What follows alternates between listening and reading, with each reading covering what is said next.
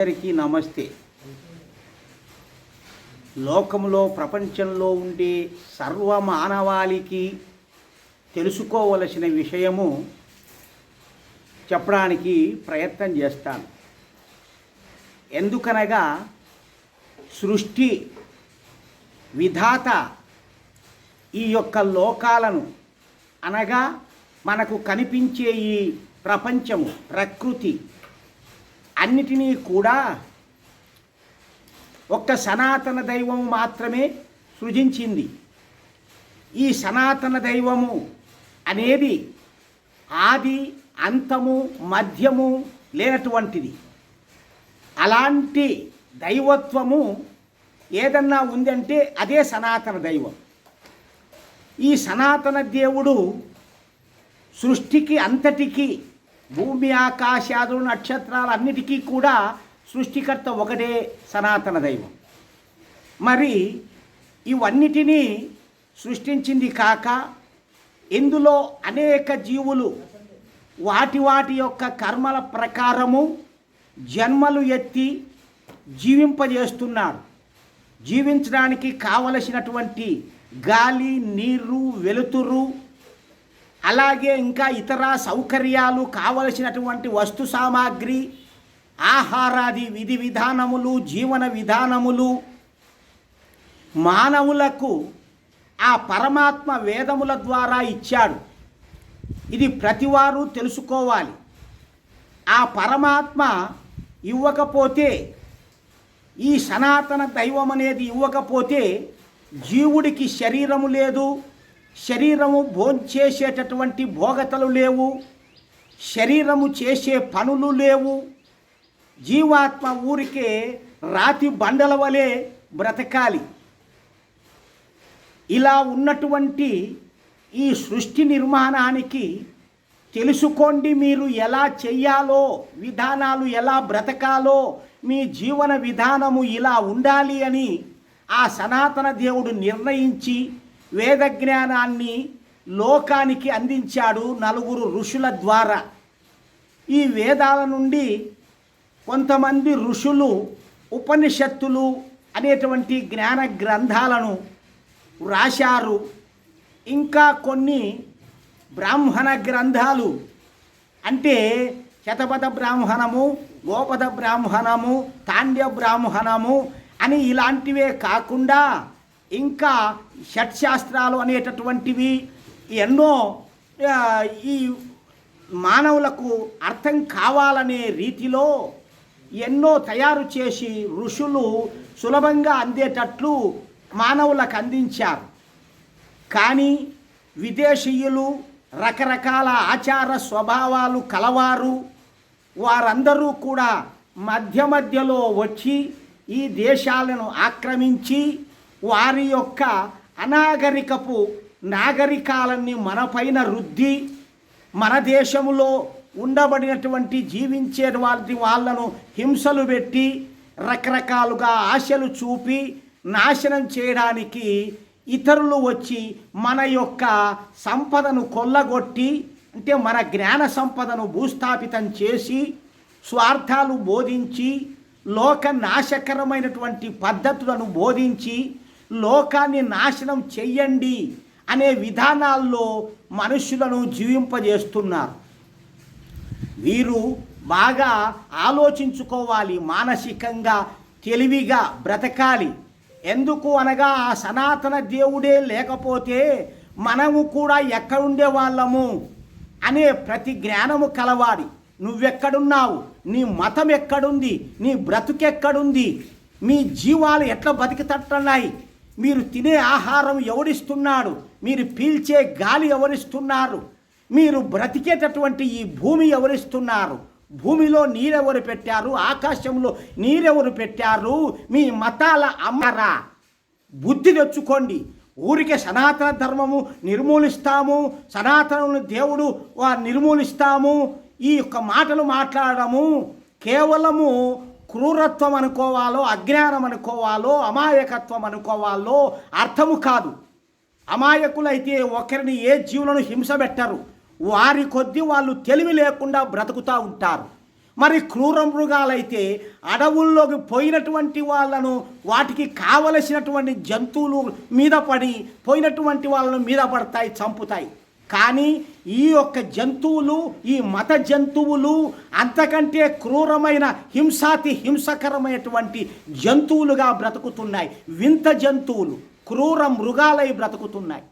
ఏమి మీ సొమ్ము ఏం పెట్టారా? ఇతరులకు మీరు సాకుతున్నారా, పెడుతున్నారా?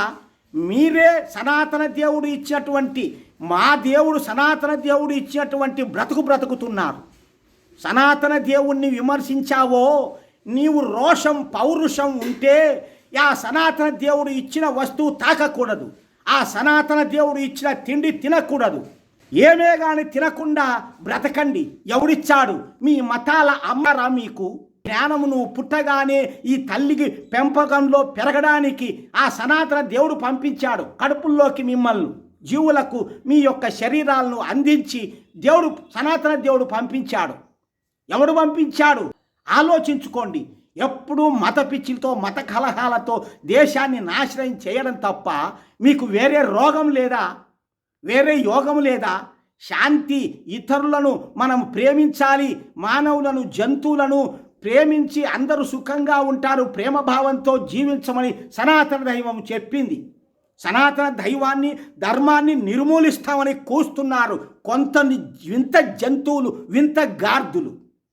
ఇటువంటి మాటలు, తెలివిలేని కూతలు కూయడం వలన మీరు మనుష్యులుగా పుట్టరు. వేదము చెప్పేది, సనాతన దైవము చెప్పేది అబద్ధము కాదు, పొల్లు పోదు.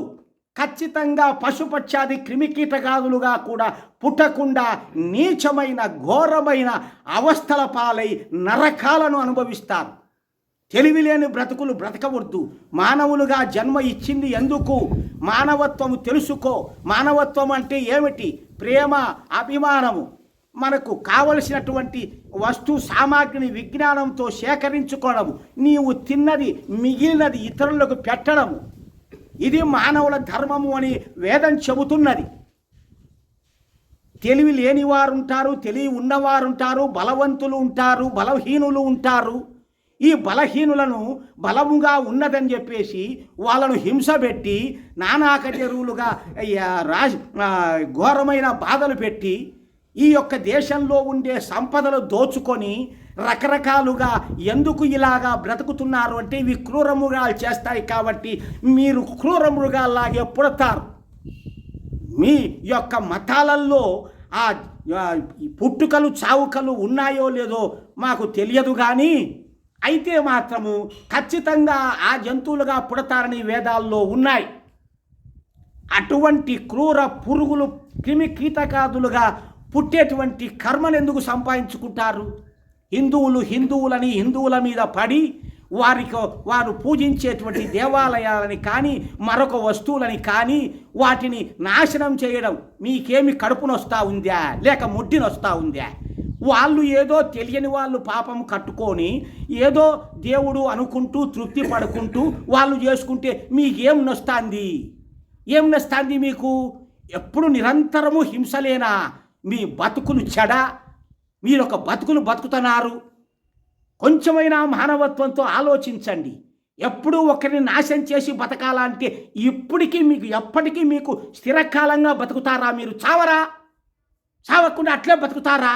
బతకండి, చూద్దాం. మరి మీ చేత అవుతుందేమో. ఆ సనాతన దేవుడి ఆజ్ఞ ఎప్పుడవుతుందో అప్పుడే మొత్తము నాశనం అవుతారు. మీరు చంపి మీరేం ఉద్ధరించరు, మీరు పైకి పోయి హాయిగా బ్రతకరు. స్వర్గము మోక్షము అంటూ రకరకాలుగా హింసలు చేసే వాళ్లకు స్వర్గం వస్తుందా? స్వర్గం అంటే యాడుంది? ఇహలోకంలో బ్రతికేటటువంటి సుఖమైనటువంటి జీవితమే స్వర్గధామం. అంతేకాని చచ్చినాక స్వర్గాలు నరకాలు ఎక్కడుండాయర్రా? గార్ధుల్లారా, మనుష్య జాతి తెలివి తెచ్చుకొని బ్రతకండి. కాబట్టి ఈ యొక్క విషయాలు ఎందుకు చెబుతున్నాను అంటే సనాతన దేవుణ్ణి నిర్మూలించాలి, సనాతన ధర్మాన్ని నిర్మూలించాలి అనేటువంటి కొన్ని గార్దులు కూశాయి. అదే గార్దుల మాదిరే అన్ని మతాల వారు కూస్తున్నారు. కూయడం కాక వారు ప్రయత్నాలు కూడా చేస్తున్నారు. ఎటువంటి హింసలకైనా పాల్పడుతూ ఏమాత్రం వెనకబడుకోకుండా చేస్తున్నారు. ఇవన్నీ అకృత్యాలన్నీ చేస్తూ ఆ చేయటానికి మీకు శక్తి ఎవరిచ్చాడో ఆ సనాతనుని శక్తి, ఆ సనాతనుని యొక్క శక్తితో మీరు దేహాలు తీసుకున్నారు. ఆ దేహాలతో మీరు అకృత్యాలు చేస్తున్నారు. నిజంగా మీకు పౌరుషము రోషము ఉంటే ఆ సనాతన దేవుడు ఇచ్చినటువంటి గాలి కానీ నీరు కానీ ఆహారము కానీ ఏది తీసుకోకుండా బతకర్రి. రోషం ఉంటే సనాతన దేవుడు ఇచ్చే దాన్ని మనం తినకూడదు. మన మతాలు ఇచ్చిన ఆహారమే మనం తినాలి. మన మతాలు ఇచ్చినటువంటి గాలి వెలుతురు ఇవే మనం తీసుకోవాలి అని తెలివి ఉండి బ్రతకాలి. ఊరికే మాట్లాడడం కాదు, ఎక్కడనో కూర్చొని ఎక్కడో చేయడము, కళ్ళు మూసుకొని చేస్తా అంటే అన్నిటిని చూసేవాడు సనాతన దేవుడు. సనాతన దేవుడు శిక్షలు రక్షలు తేల్చేటువంటి సృష్టికర్త నియామకుడు ఆ పరమాత్మ పరమేశ్వరుడు ఒక్కడే తప్ప 10 మంది లేరు. 10 మంది మతాలకు 10 మంది దేవుళ్ళు లేరు. ఇది బాగా తెలుసుకోండి. నిజంగా 10 మంది దేవుళ్ళు ఉంటే ఆ పుట్టేటప్పుడే పుట్టేవానికి వాని యొక్క మతము ముద్ర పెట్టుకొని పుట్టాలి. మరి మీరు పుడుతున్నారా? వాని యొక్క మతము ఆ మతాల గుర్తులు ముద్రలు వేసుకొని పుడుతున్నారా? ఏమైనా జన్మల అవి హీనమైనటువంటి నీచమైన జన్మలతో దేశాన్ని ఇతరులను బాగా బతికే వాళ్ళను బలహీనులను చంపి వాళ్ళను నానాక గోడానింపులు చేస్తూ ఉంటే సనాతన దైవం ఎప్పటికీ ఊరుకుండదు. కాలం కలిసి రావాలి. హిరణ్యకశిపుడు కదా వచ్చినట్లు నరసింహస్వామిని పొట్ట పేగులు చించినట్లు మీకు కూడా ఆ స్థితి, ఆ చిరిగే స్థితి వస్తుంది. రాకుండా ఎప్పటికీ పోదు. కాబట్టి కొంచెమైనా మానవత్వంతో అర్థం చేసుకొని బతకండి. తెలివిలేని బతుకులు జంతువుల మాదిరి, పందుల మాదిరి, కుక్కల మాదిరి, నక్కల మాదిరి బ్రతకకూడదని మానవాళికందరికీ నేను విజ్ఞప్తి చేస్తున్నాను. కాబట్టి సనాతన దైవం అంటే ఎవరో కాదు, అది ఒక మతం కాదు, ఒక జీవన విధానము. మనుషులు లోకమంతా బాగుపడాలంటే ఈ ధర్మము ద్వారా తప్ప మరి దేని ద్వారా బాగుపడరు, నాశనం అవుతారు. ఆ ధర్మము ఉండేది ఒక భారతదేశంలోనే. ఆ ధర్మము అంతం చేస్తే మొత్తం సృష్టి నాశనం అవుతుంది. రకరకాల రోగాలతో, చావులతో, పెద్ద గొప్ప మందులు, గుండ్లు, సామాగ్రి, ఇటువంటివన్నీ ఘోరమైనటువంటి అనుభవములు ఇటువంటివి వచ్చి జన నాశనం అవుతుంది. ఊరికే కాదు. మానవ ధర్మము సనాతన ధర్మము నశిస్తే ఏమవుతుంది అంటే అదే జరుగుతుంది. సనాతన ధర్మములోనే ప్రకృతిని పోషించడానికి యజ్ఞయాగాదులు ఉన్నాయి.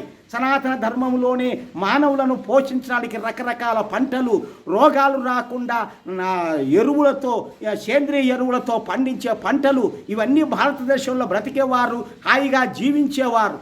ఇటువంటివన్నీ నాశనం చేసి మీ దేశాలన్నీ వచ్చి రకరకాలుగా నీచమైన స్థితిలో మా యొక్క సంస్కృతిని దాచిపెట్టి ఎన్నో వేల గ్రంథాలను నాశనం చేసి మీరు ఏం పాంకొంచేస్తారు, ఏం పాంకుంటారని తెలివి ఉండాలి. కొంతకాలం 800 సంవత్సరాలు తుర్కలు ఏలారు, 200 సంవత్సరాలు క్రిస్టియన్లు ఏలారు. మరి అంతప్పుడే ఆ యొక్క సనాతన ధర్మాన్ని నాశనం చేయలేకపోయారు. ఎందుకంటే భగవంతుడనే వాడిని నాశనం చేసడానికి ఎవరికీ చేత కాదు. ఇప్పుడు వాళ్ళు పోయినాక వీళ్ళ దేశానికి వీళ్ళు స్వతంత్రం వస్తే ఏమి తెలియని అమాయకులను చంపడము, వాళ్ళను పీడించడము, బాధలు పెట్టడము, రకరకాలుగా అత్యాచారాలు చేయడము, ఇవి మానవులు చేసే పనులా? ఈ సనాతన దేవుడు అనేటువంటి వాని చేతిలో మీరందరూ తప్పనిసరిగా ఎన్ని ఘోర నరకాలు అనుభవించి ఎంత హీనమైనటువంటి సావులు చేస్తారో కూడా మాకైతే తెలియదు, ఆ దేవునికే తెలుస్తాయి. కాబట్టి సనాతన ధర్మాన్ని నిర్మూలించాలి అనే బుద్ధి మానుకోండి. ఆ బుద్ధిని మానుకుంటే మంచిది. లేకపోతే మీరే నిర్మూలింపబడతారు, మీరే నిర్మూలిస్తారు, మీరే చేస్తారు మిమ్మల్ని మీరే. కాబట్టి సనాతన దేవుడు ఒక్కడే అందరికీ ఆహారం ఇచ్చేవాడు, నీళ్లు పోసేవాడు, దాహం తీర్చేవాడు.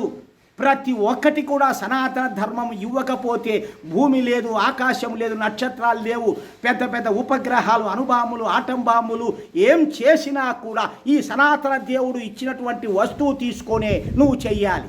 నీ సొంతం ఏమీ సృష్టించలేవు.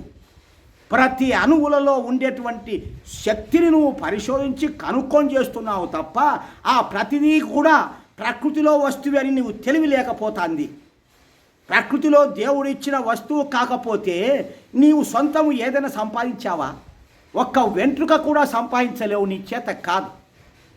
కాబట్టి ఈ సనాతన దేవుడు అంటే పనికిమాలినటువంటి బొమ్మలు కావు, పనికిమాలినటువంటి ఏమి చేతగాని బొమ్మలు కావు. అజ్ఞానుల కోసము, దేవుడంటే ఎవరో తెలియని వాటి కోసము ఈ దేవాలయాలు విగ్రహాలను తయారు చేసుకొని వాళ్ళు ఏదో అందులో పూజలు చేసుకుంటూ ఏదో ఒక రకంగా తృప్తి పడుకుంటూ వాళ్ళు బ్రతుకుతే మీకేం కడుపు నొప్పా? ఏం కడుపు నొప్పయ్యా మీకు? కాబట్టి తెలివి తెచ్చుకొని బ్రతకాలి. ఎప్పుడూ ఒకరిని హింసించి ఏడిపించి బతకాలని నువ్వేం శాశ్వతంగా బతుకుతావా చెప్పు? అట్టనన్నా శాశ్వతంగా బతుకుతావంటే ఒక రాజుకో ఏ దానికో దీనికో పెట్టుకో, ఏమి చేత కాదు. ఎప్పుడు చేస్తావో నీకే తెలియదు. కాబట్టి తెలివి తెచ్చుకొని మానవులారా, హింసకులారా, హిందువుల పార్టీలను, హిందువుల జ్ఞానాన్ని వదిలినటువంటి మానవులందరూ కూడా నా దృష్టిలో మనుషులు కారు.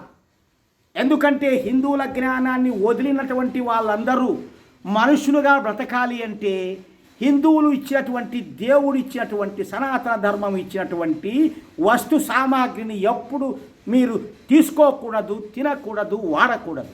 రోషం పౌరుషం ఉంటే హిందూ సనాతన దేవుడు ఇచ్చినటువంటి ఈ వస్తు సామాగ్రిని ఎంత మాత్రం ఉపయోగించుకోకూడదు.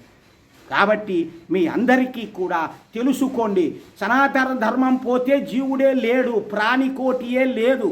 ఇది బాగా గుర్తుపెట్టుకోండి. సనాతన ధర్మాన్ని ఎప్పుడు నాశనం చేయాలని మీ మనసుల్లో ఎప్పుడైతే ఉంటుందో అప్పుడే మీకు ప్రపంచాన్ని ముంచాలి, హింస చెయ్యాలి అనే బీజం మీలో అదే రగులుతా ఉంది.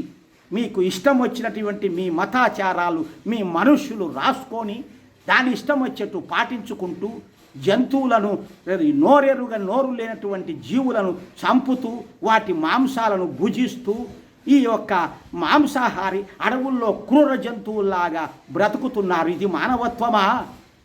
దానవత్వమా? దానవులు అంటే రాక్షసులు. ఆ కాలంలో ఉన్నాయి. రామాయణ కాలంలో రాముడు, రావణాసుడు, ఆ కాలంలో రాక్షసులు తాటకి, మారీచుడు, శుబాహుడు అనేటువంటి రాక్షసులు, కరదూషణాదులు అనేటువంటి కొంత సైన్యము, ఈ రాక్షసులందరూ కూడా యజ్ఞాలను యాగాలను చెరిపివేస్తూ ఉంటే, నాశనం చేస్తూ ఉంటే రాముణ్ణి పిలుచుకుపోయి ఈ రాముని ద్వారా ఆ రాక్షసులందరినీ మొత్తము చంపారు. కాకపోతే ఈనాడు రాముని వంటి వీరులు లేరని, రాముని వంటి కృష్ణుని వంటి వీరులు లేరని, వీళ్ళు ఏదో అమాయకంగా బ్రతుకుతున్నారు, వీళ్ళను కొట్టి బ్రతకాలి అనేటువంటి స్వభావముతో ఎప్పుడూ హింసలు పెడుతున్నారు.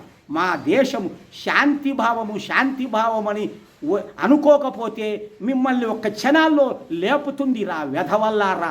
సనాతన దైవాన్ని విస్మరించి బ్రతకకూడదు.